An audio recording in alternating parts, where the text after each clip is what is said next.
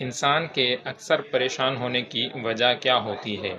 ایک صوفی بزرگ نے یہ وجہ بتائی ہے اور انہوں نے فرمایا کہ اکثر انسان جو پریشان ہوتا ہے اس کی وجہ یہ ہوتی ہے کہ انسان بعض اوقات کسی چیز کو اس سے وقت سے پہلے وہ چاہ رہا ہوتا ہے. مثلا وہ یہ چاہتا ہے کہ کوئی چیز مجھے فوراً جلدی مل جائے، تو اس وجہ سے وہ پریشان ہو رہا ہوتا ہے.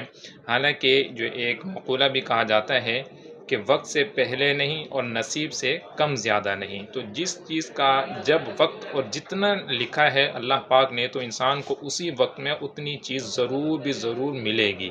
تو لہٰذا انسان کو اگر کوئی چیز وہ مانگ رہا ہے، طلب کر رہا ہے، کوشش کر رہا ہے اور نہیں مل رہی، تو اللہ تعالیٰ کی ذات پر اس کو بھروسہ رکھنا چاہیے اور دعا کرتے رہنا چاہیے اور جلد بازی نہیں کرنی چاہیے اور پریشان نہیں ہونا چاہیے کہ جو اس کے نصیب میں لکھی اور جتنی لکھی ہے انشاءاللہ اسے ضرور بھی ضرور مل کر ہی رہے گی. تو خلاصہ کلام یہ ہے کہ جو بزرگ نے وہ جملہ فرمایا، اگر وہ ہم یاد رکھ لیں کہ انسان کے اکثر پریشان ہونے کی وجہ کہ وہ کسی چیز کو اس کے وقت سے پہلے طلب کر رہا ہوتا ہے، اس وجہ سے پریشان ہوتا ہے. تو لہٰذا ہمیں اللہ تعالیٰ کی ذات پر بھروسہ کرنا چاہیے اور جلد بازی سے کام نہیں لینا چاہیے. آج کا ہمارا جو دوسرا سوال ہے وہ یہ ہے کہ بدھ کو ناخن کاٹ سکتے ہیں یا نہیں. تو اس حوالے سے علماء کرام یہ ارشاد فرماتے ہیں کہ بدھ والے دن ناخن نہیں کاٹنے چاہیے، کہ حدیث پاک میں اس سے ممانعت آئی ہے، یعنی منع آیا ہے کہ بدھ والے دن ناخن نہیں کاٹنا چاہیے. اس کی جو وجہ ہے کہ بدھ والے دن ناخن کاٹنے سے برس ہونے کا، برس کی بیماری جو سفید داغ دھبے ہو جاتے ہیں، اس کے ہونے کا اندیشہ ہے. تو اس وجہ سے بدھ والے دن ناخن نہیں کاٹنے چاہیے. البتہ اگر کسی شخص کے یعنی اگر ناخن 39 دن ہو گئے اور اگر اب نہیں کاٹتا تو بدھ کو 40 دن ہو جائیں گے، اور پھر یوں بدھ کو بھی نہیں کاٹے گا تو پھر 41 دن ہو جائیں گے، تو یوں 40 دن سے زائد ہو جائیں گے. تو پھر ایسی صورت میں حکم یہ ہے کہ پھر اب اگلے دن کا انتظار نہ کرے بلکہ بدھ کو ہی کاٹ لیں.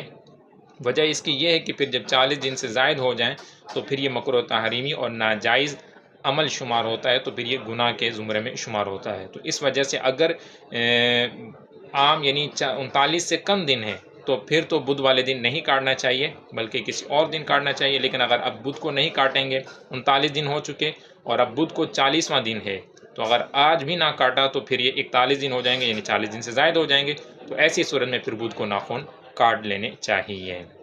البتہ اتنی تاخیر بھی نہیں کرنی چاہیے کہ بعضوں کا جب ناخن بڑے ہوتے ہیں تو پھر میل وغیرہ ان کے اندر آ جاتا ہے اور پھر طبیعت کے حوالے سے بھی اس کی جو ہے مسائل کھڑے ہوتے ہیں. تو لہٰذا پہلے ہی ہر جمعہ کو وگرنہ 15ویں دن جو ہے وہ اس کا اہتمام کر لینا چاہیے. آخری سوال ہے کہ اگر دوران نماز بعض اوقات موبائل پر کال آ جاتی ہے، اولاً تو یہی کہ انسان کو سائلنٹ لگا لینا چاہیے جیسے ہی مسجد میں انٹر ہو، اور بالفرض اگر وہ بھول گیا اور اگر کال آ جائے تو پھر ایسی صورت میں کیا حکم ہوگا؟ موبائل کو بند کر سکتے ہیں یا نہیں کر سکتے؟ تو اس حوالے سے شرعی حکم یہ ہے کہ عمل قلیل کے ذریعے سے موبائل کو بند کر سکتے ہیں، یعنی اس طرح کہ دور سے دیکھنے والے کو یہ ظن غالب نہ ہو کہ یہ نماز میں نہیں ہے.